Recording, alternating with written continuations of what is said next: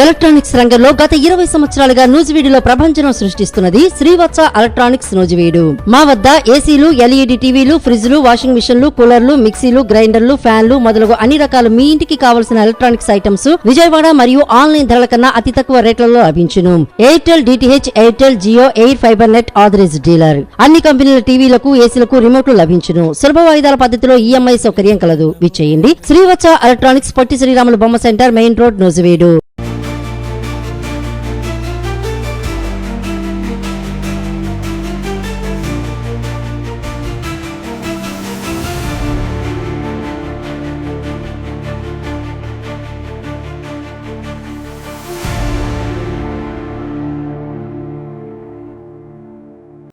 ఇరాన్తో ఒప్పందం ఖరారైందన్న ట్రంప్, అతి త్వరలో సంతకాలు జరుగుతాయని వెల్లడి.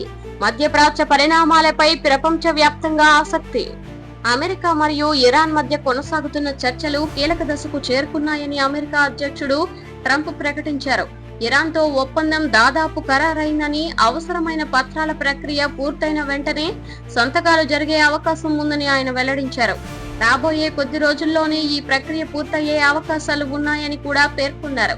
అయితే ఒప్పందంపై ఇంకా తుది నిర్ణయం ప్రకటించలేదని ఇరాన్ వర్గాలు చెబుతున్న నేపథ్యంలో అంతర్జాతీయ వేదికపై ఈ అంశం ప్రధాన చర్చగా మారింది. వైట్ హౌస్ లో మీడియాతో మాట్లాడిన ట్రంప్ ఇరాన్ తో సానుకూలంగా సాగుతున్నాయని తెలిపారు. చాలా అంశాలపై ఇరు పక్షాలు ఒకే అభిప్రాయానికి వచ్చినట్లు చెప్పారు. ఒప్పందానికి సంబంధించిన పత్రాలు తుది రూపంలో ఉన్నాయని, త్వరలోనే అధికారిక ప్రకటన వెలువడిన అవకాశం ఉందని వెల్లడించారు.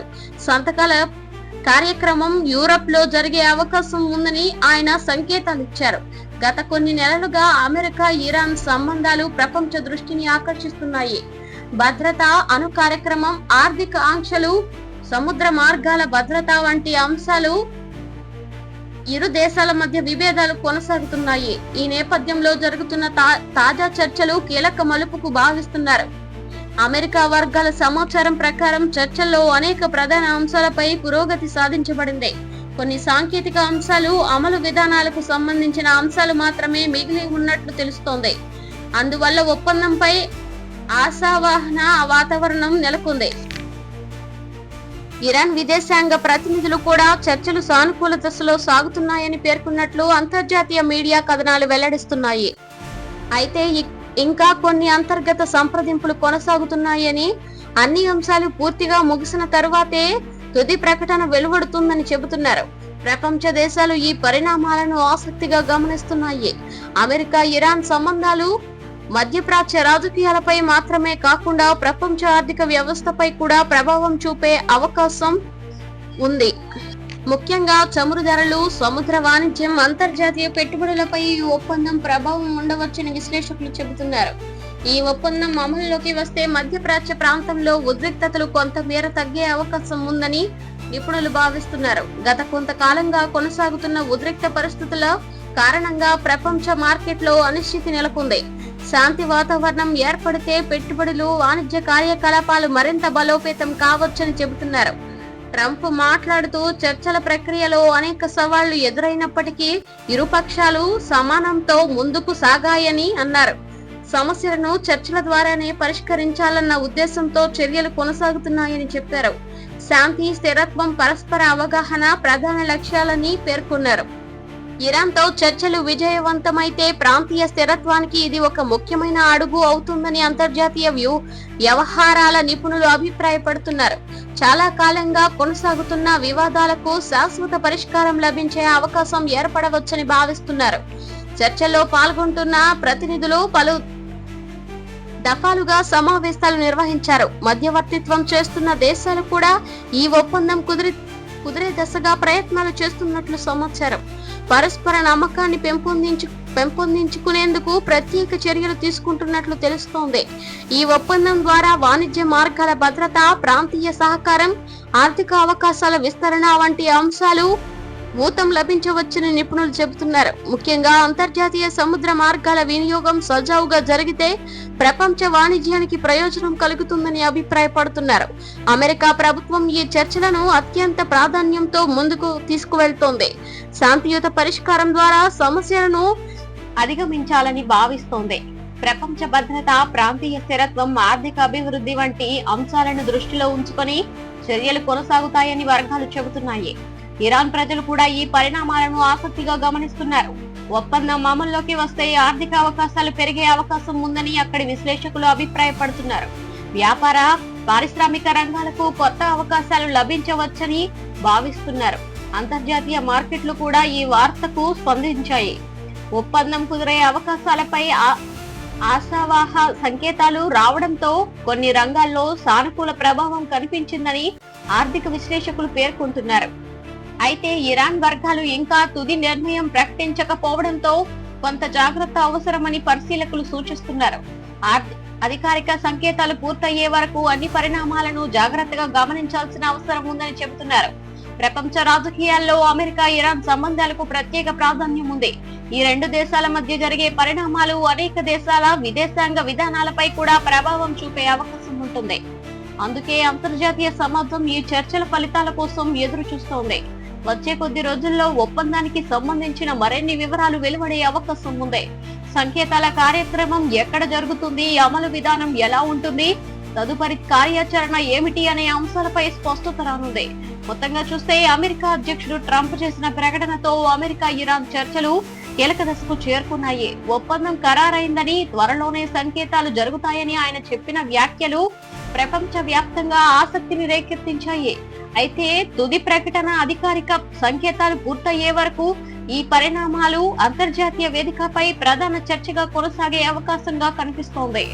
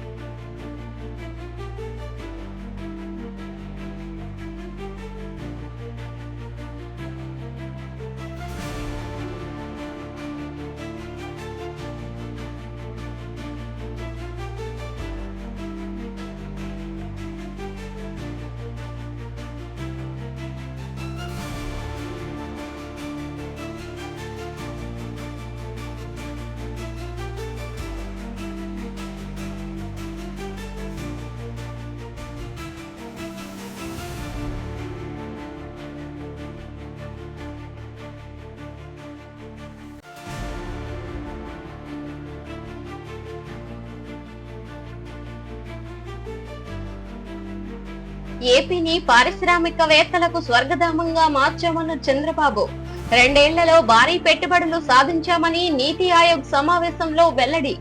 అభివృద్ధి, ఉపాధి, పరిశ్రమలే రాష్ట్ర ప్రగతికి పునాదులని సీఎం వ్యాఖ్య. ఆంధ్రప్రదేశ్ ను పెట్టుబడులకు అనుకూల రాష్ట్రంగా తీర్చిదిద్దామని, పారిశ్రామికవేత్తలకు స్వర్గధామంగా మార్చే దిశగా ప్రభుత్వం వేగంగా పనిచేస్తోందని ముఖ్యమంత్రి చంద్రబాబు తెలిపారు. న్యూఢిల్లీలో జరిగిన నీతి ఆయోగ్ సమావేశంలో మాట్లాడిన ఆయన గత 2 ఏళ్లలో రాష్ట్రానికి భారీ స్థాయిలో పెట్టుబడులు తీసుకురాగలిగామని వెల్లడించారు. పెట్టుబడులు వస్తే ఉపాధి పెరుగుతుందని, ఉపాధి పెరిగితే కుటుంబాల ఆదాయం పెరుగుతుందని, అదే రాష్ట్ర అభివృద్ధికి బలమైన పునాది అవుతుందని అన్నారు. సమావేశంలో రాష్ట్ర అభివృద్ధి ప్రణాళికలను వివరిస్తూ చంద్రబాబు మాట్లాడుతూ పెట్టుబడిదారులకు అనుకూల వాతావరణం కల్పించడమే తమ ప్రభుత్వ ప్రధాన లక్ష్యమని చెప్పారు. అనుమతుల ప్రక్రియను సులభతరం చేయడం, పరిశ్రమలకు అవసరమైన మౌలిక సదుపాయాలు కల్పించడం, పారదర్శక విధానాలు అమలు చేయడం వల్ల పెట్టుబడిదారుల నుంచి మంచి స్పందన లభించిందని పేర్కొన్నారు.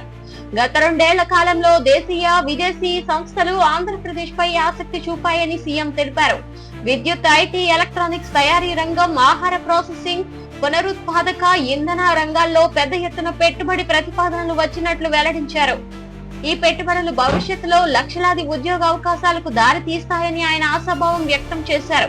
రాష్ట్రంలో పరిశ్రమల ఏర్పాటుకు అనువైన విధానాలు అమలు చేస్తున్నామని చంద్రబాబు చెప్పారు. ఒక పరిశ్రమ ప్రారంభించడానికి అవసరమైన అనుమతులను వేగంగా అందించే విధంగా ప్రత్యేక వ్యవస్థను ఏర్పాటు చేశామని తెలిపారు. పెట్టుబడిదారులు కార్యాలయాల చుట్టూ తిరగకుండా ఒకే వేదికలో సేవలు అందిస్తున్నామని వివరించారు. ప్రపంచ వ్యాప్తంగా ఉన్న పారిశ్రామిక సంస్థలతో ప్రభుత్వం నిరంతరం సంప్రదింపులు జరుపుతోందని సీఎం పేర్కొన్నారు. రాష్ట్రంలో ఉన్న అవకాశాలను వారికి వివరించి పెట్టుబడులు పెట్టేలా ప్రోత్సహించామని చెప్పారు. సముద్ర తీర ప్రాంతం, రహదారులు, పోర్టులు, విమానాశ్రయాలు, నైపుణ్యం కలిగిన యువశక్తి వంటి అంశాలు రాష్ట్రానికి ప్రత్యేక బలంగా ఉన్నాయని తెలిపారు. ఆంధ్రప్రదేశ్ లో యువత సంఖ్య ఎక్కువగా ఉందని చంద్రబాబు పేర్కొన్నారు. యువశక్తిని సరైన దశలో ఉపయోగించుకోకపోవడం పరిశ్రమలకు అవసరమని అన్నారు. యువతకు ఉద్యోగాలు కల్పించడమే తమ ప్రభుత్వ ప్రధాన లక్ష్యమని చెప్పారు. అందుకోసం నైపుణ్యాభివృద్ధి కార్యక్రమాలను విస్తృతంగా అమలు చేస్తున్నామని వివరించారు. పరిశ్రమల అభివృద్ధి వల్ల గ్రామీణ ప్రాంతాలకు కూడా ప్రయోజనం కలుగుతుందని సీఎం తెలిపారు. పరిశ్రమలు ఏర్పడిన ప్రాంతాల్లో చిన్న వ్యాపారాలు, రవాణా, సేవా రంగాలు కూడా అభివృద్ధి చెందుతాయని చెప్పారు. దీంతో స్థానిక ప్రజలకు ఆదాయ అవకాశాలు పెరుగుతాయని పేర్కొన్నారు. రాష్ట్రంలో మౌలిక వసతుల అభివృద్ధిపై ప్రభుత్వం ప్రత్యేక దృష్టి పెట్టిందని చంద్రబాబు వివరించారు. కొత్త రహదారులు, పారిశ్రామిక పార్కులు, లాజిస్టిక్ కేంద్రాలు, విద్యుత్ సదుపాయాలు, నీటి సరఫరా వ్యవస్థలను బలోపేతం చేస్తున్నామని తెలిపారు. పెట్టుబడిదారులకు అవసరమైన అన్ని సౌకర్యాలు కల్పించడమే లక్ష్యమని చెప్పారు. అమరావతి అభివృద్ధి కూడా పెట్టుబడులను ఆకర్షించడంలో కీలక పాత్ర పోషిస్తుందని సీఎం అన్నారు. ప్రపంచ స్థాయి రాజధాని నగరంగా అమరావతిని అభివృద్ధి చేయాలని ప్రభుత్వం కట్టుబడి ఉందని తెలిపారు.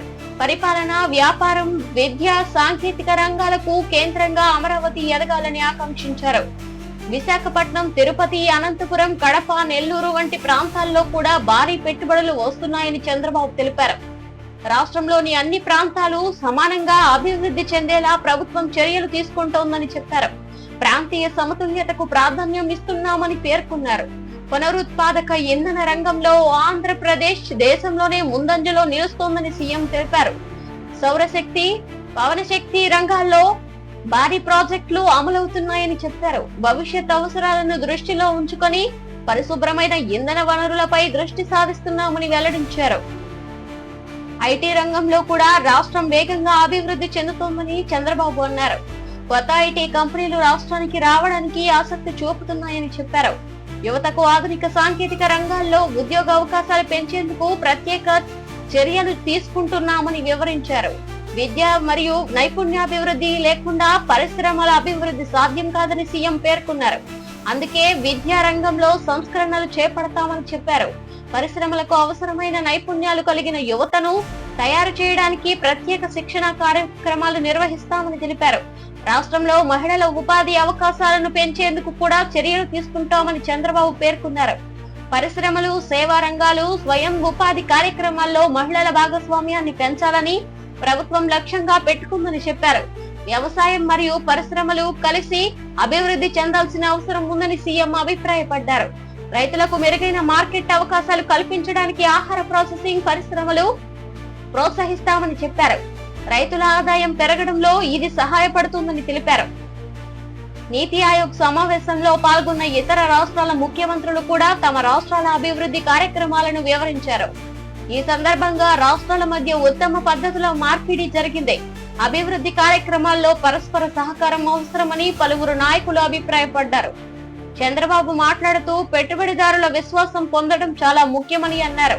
ఒకసారి నమ్మకం ఏర్పడితే మరిన్ని పెట్టుబడులు వస్తాయని చెప్పారు. అందుకే ప్రభుత్వం పారదర్శక, వేగవంతమైన సేవలు, బాధ్యతాయుతమైన పరిపాలనకు ప్రాధాన్యం ఇస్తోందని తెలిపారు. భవిష్యత్తులో మరిన్ని పెట్టుబడులు రాష్ట్రానికి తీసుకురావడానికి ప్రపంచంలోని వివిధ దేశాలతో చర్యలు కొనసాగుతున్నాయని సీఎం వెల్లడించారు. కొత్త రంగంలో పెట్టుబడులను ప్రోత్సహించేందుకు ప్రత్యేక విధానాలు సిద్ధం చేస్తామని తెలిపారు. సాంకేతిక ఆధారిత పరిశ్రమలకు ఎక్కువ ప్రాధాన్యం ఇవ్వనున్నట్లు తెలిపారు. మొత్తంగా చూస్తే ఆంధ్రప్రదేశ్ ను పారిశ్రామికవేత్తలకు అత్యంత అనుకూల రాష్ట్రంగా మార్చే దిశగా ప్రభుత్వం వేగంగా ముందుకు సాగుతోందని ముఖ్యమంత్రి చంద్రబాబు స్పష్టం చేశారు. గత 2 ఏళ్లలో భారీ పెట్టుబడులను ఆకర్షించడం ద్వారా రాష్ట్ర అభివృద్ధికి కొత్త ఊపునిచ్చామని, రాబోయే రోజుల్లో మరింత వేగంగా పరిశ్రమలు, ఉపాధి అవకాశాలు పెరుగుతాయని ఆయన విశ్వాసం వ్యక్తం చేశారు. దీంతో ఆంధ్రప్రదేశ్ దేశంలోనే ప్రధాన పెట్టుబడి గమ్యస్థానంగా ఎదిగే అవకాశం మరింత బలపడుతున్నాయని విశ్లేషకులు అభిప్రాయపడుతున్నారు.